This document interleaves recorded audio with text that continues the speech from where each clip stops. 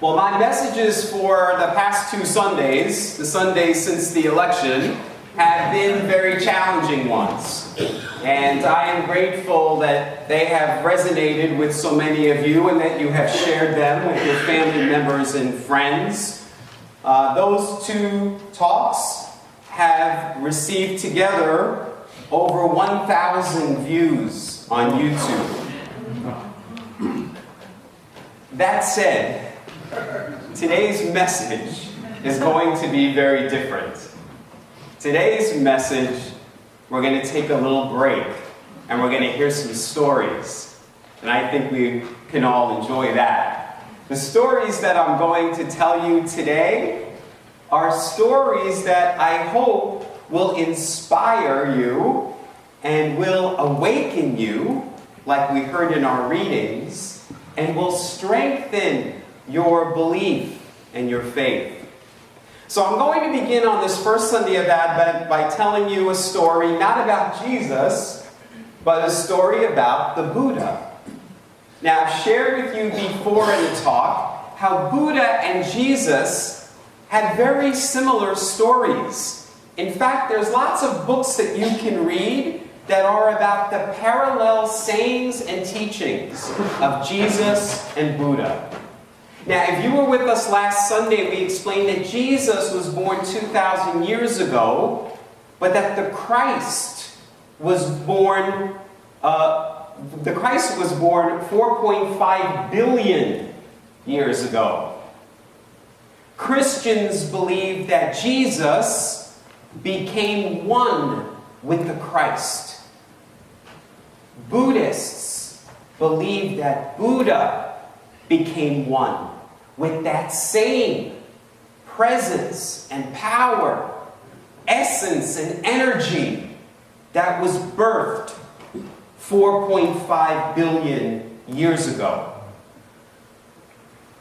When people around Buddha noticed that he was so full of this essence and this presence, they responded the way the people around Jesus did. They were so drawn to this light, to this peace and love. And one of the men who was following Buddha said to him, "Who are you? Are you a Messiah? Are you a God?" And Buddha responded, he said, "You ask me who I am, so I will tell you who I am. I am awake. I am awake." That's what Buddha means, the name, the awakened one.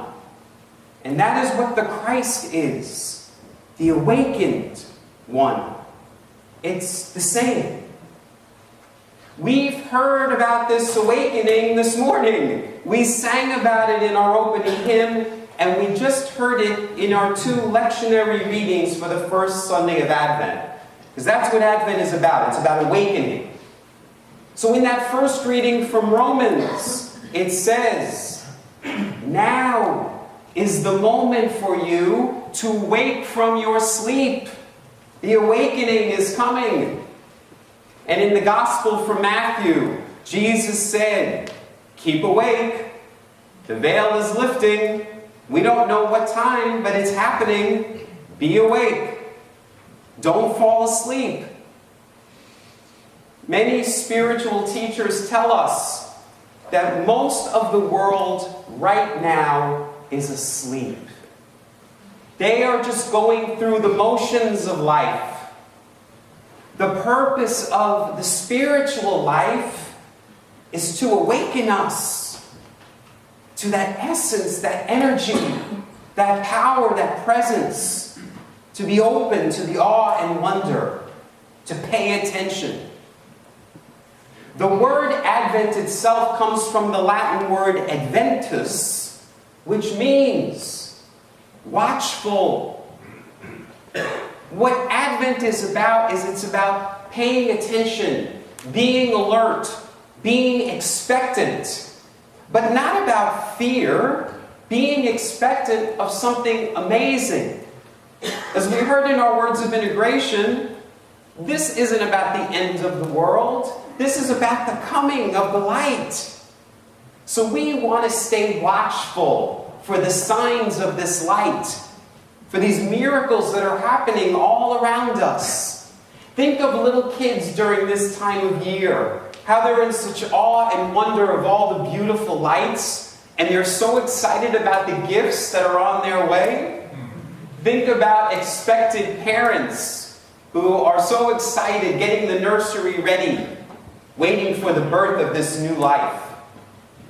People who have attained the Buddha consciousness, people who have attained the Christ consciousness, they live in that state of awe and wonder and great expectancy 24 hours a day, 7 days a week. That's how they live their life. And that's what we are being called to do, to awaken to that and to look for signs of awe and wonder all around us each day. Now, when I was struggling with this many years ago, I had a spiritual teacher who said to me, ask for a sign, but make it specific.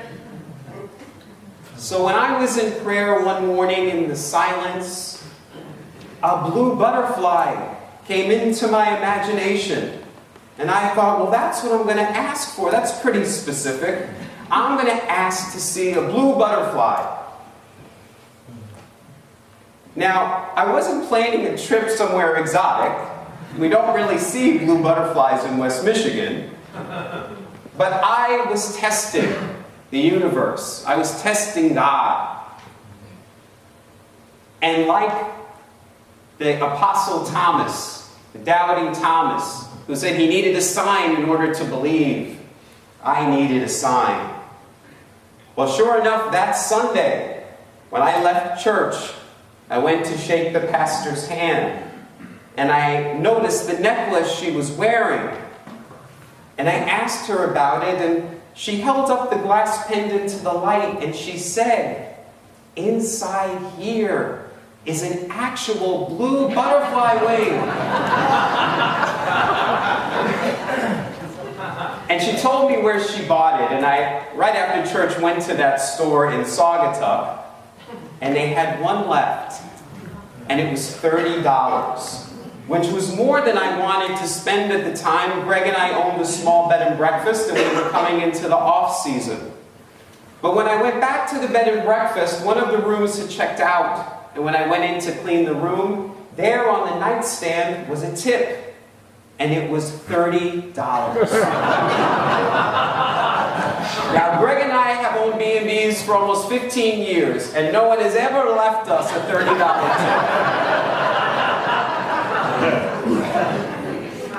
tip. And just to make sure that the skeptic in me needed to be convinced, God kept showing me signs.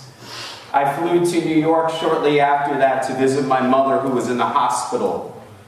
And sitting there in fear, a nurse walked in, and her scrubs had blue butterfly designs all over them.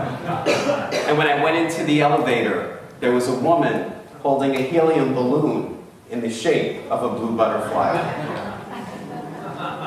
Now, I included this story in a book I wrote a few years ago, and my editor suggested that I remove it. He said, people will not take you seriously. I included it in that book, and I share it with you today because I do think it's very important for us to share with one another our stories of awe and wonder, of the signs that we receive from God. 23 of us from Douglas UCC went to a place of awe and wonder earlier this month. We went to New Mexico, and we experienced many signs. We went on a pilgrimage, on an adventure together. And you know, the word adventure has the word Advent in it.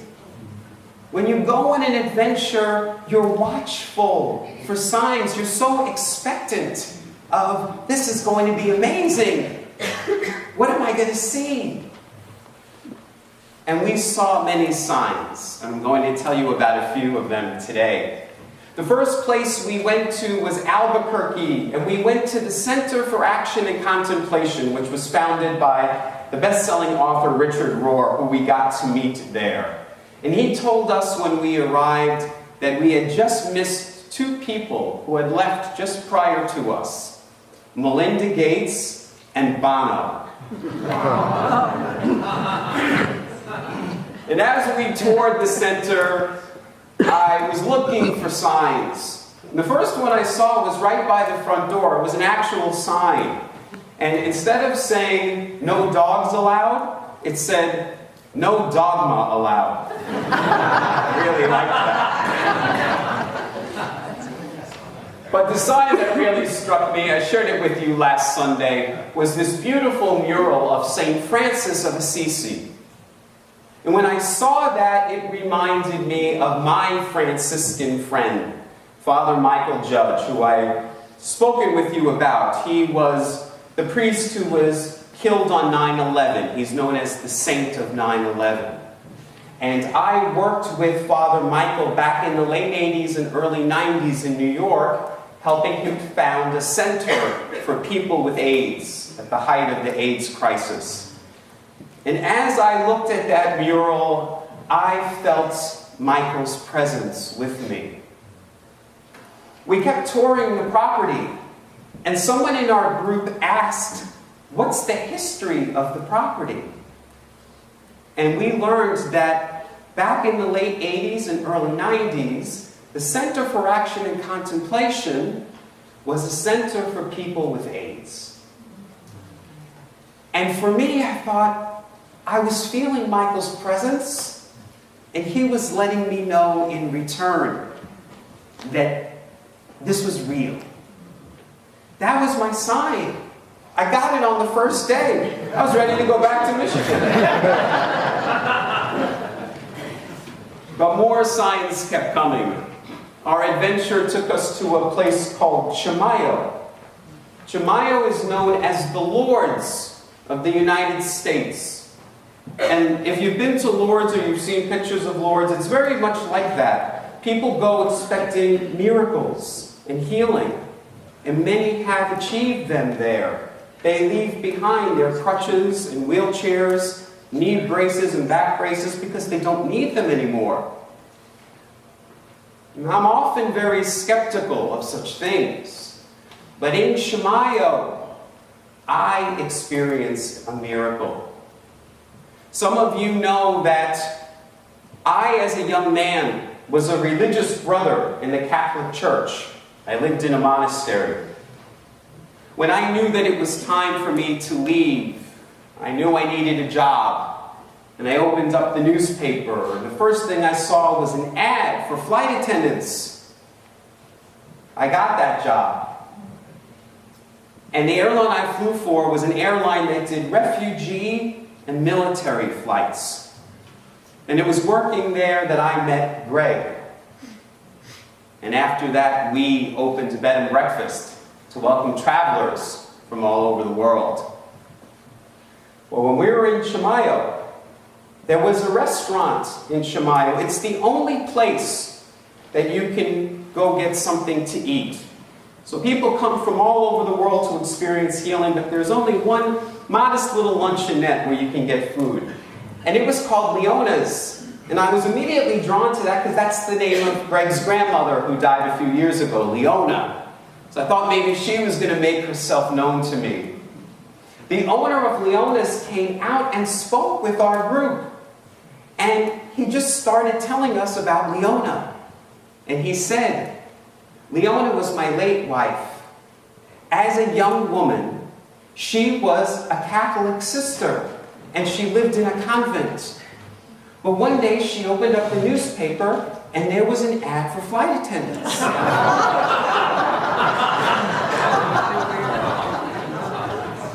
So automatically I start getting chills, and I start tearing up. But then he continued. He said, she worked refugee and military flights. And he said, that's how I met her. And he said, and after that, we opened up this place to welcome people from all over the world. You can't make this stuff up.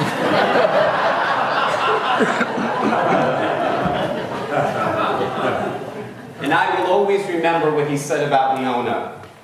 He said, she felt in the second half of her life that God was calling her to feed the pilgrims. And I feel like that's my calling, to feed the pilgrims. That is awe and wonder. That's miracles. That's what they are. They're signs. They're letting us know that the spiritual life and our earthly life are connected. The next day, we went to Taos, New Mexico, and I purchased a book. And the next morning at meditation, because every day of the trip we all gathered for meditation together, and every single morning there were tears. The Spirit was really at work. But that morning, I read from that book I wrote. And what I didn't know was that inside that book was a white feather. And at our meditation, Margaret, a member of our church who has studied shamanism, explained to us that the white feather, when you find one, when you see one, is a symbol from the spiritual world.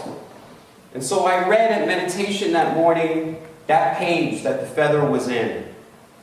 And that page was all about seeing the signs, being open and awake to the signs of the spiritual world all around us. That morning, we then visited a Taos Pueblo, a Native American Pueblo. I'm sure you've seen pictures of them. Very primitive, little adobe huts, no electricity. We visited the Pueblo, and we met one of the native people who still lives there. And he told us what his native name was. And Elizabeth asked him, well, what does that mean? And he said, white feather. We all got chills.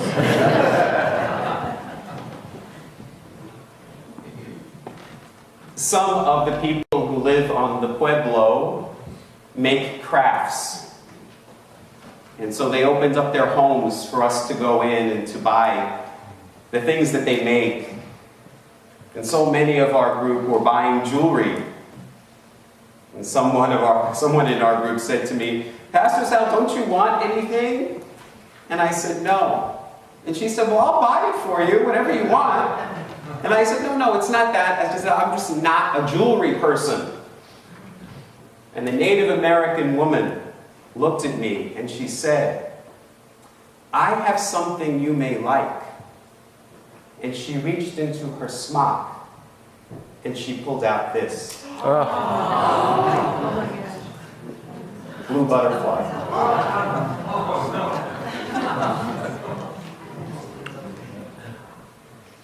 I sometimes feel that stern voice of the editor of my book saying, don't tell people this. They won't take you seriously. But I think you know after 2.5 years that I am a man that is very serious about my religious life and the spiritual path. Some Christians laugh all of this off as coincidence or very dismissively say, that's New Age mumbo jumbo. I know that it is very real. And I'm not the only one on the trip who experienced signs and miracles. We don't have time today for all 23 of us to tell you. But I asked some people on the trip if they would submit some words. And so this is from a whole bunch of people, just a line or two from different people. There is something powerful about the energy I felt in New Mexico. It's healing, it's spiritual. The landscape, the art, the people. They all brought me closer to a joy and fulfillment I have never felt before. And that is something I now strive for each and every day. When I was in Chimayo, I felt strongly guided to build a little cross and to leave it there with the others who had come before me. And when I put my cross on its resting place, I heard the flap of wings. I looked around. No birds. I am convinced it was an angel. She traveled with me, and she guided me the rest of the trip. New Mexico was a magical place with the energy of the mountains and the natives surrounding us. I spent a lot of time in New Mexico seeking my miracle. I researched shamans in Santa Fe. I spoke with the clairvoyant in Taos, but still no miracle. And then it happened. A light bulb went off during our final dinner together. I had been seeking a miracle outside of myself, from people I perceived to be wiser and more sensitive to the spiritual realm than me. What they shared, I already knew at a deepest level, and that was my miracle. I shifted on this trip. I allowed myself to be led instead of having to be the leader. It was on the last day when Elizabeth was singing to us that so many things came flooding in, and they were all met with one phrase: let it be. I heard that voice so clearly and so kindly say to me, let it be. And I experienced a place of solitude and peace within me that I had never experienced before. Miracles happened on this trip. Rainbows appeared at perfect timing. Feathers appeared in books. Orbs appeared in photographs and videos. Many on the trip felt the presence of family from the past, or at night dreamt dreams of family members who had died. Most importantly, more than ever before, I dove deeper into my truth. That's just some of the experiences. Today in the Friendship Hall, when you look at the pictures from the trip and you see the people who were there, I hope that you will feel comfortable enough to approach them and maybe hear more of signs of awe and wonder they experienced. I share this with you today because today is the first Sunday of Advent. And it is a time for us to awaken, to be on alert, to pay attention for these signs of awe and wonder, for these miracles that are taking place all around us. You don't have to go to New Mexico to experience it. The reason it happened to us is because we left the routine of our lives. As the spiritual teachers said, so many of us are asleep.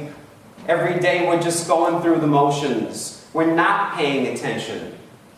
A trip forces you to pay attention. But you can do that these 4 Sundays of Advent, even right here in your daily life in West Michigan. Be open for the signs. Look for them. And when you experience them, say thank you. Say, I am ready to receive. I am ready like the Magi to pay attention to the signs from the universe. The Magi saw a star, and it guided them to the Christ. The signs lead us to the Christ. The signs solidify our faith. They strengthen our belief. And they make us know that we are not alone. That God is with us. And that is what Emmanuel means. Remember the angel told Mary, "You shall call him Emmanuel"? Emmanuel means God is with us. So I invite you these 4 weeks to look for the signs of God with you. Namaste.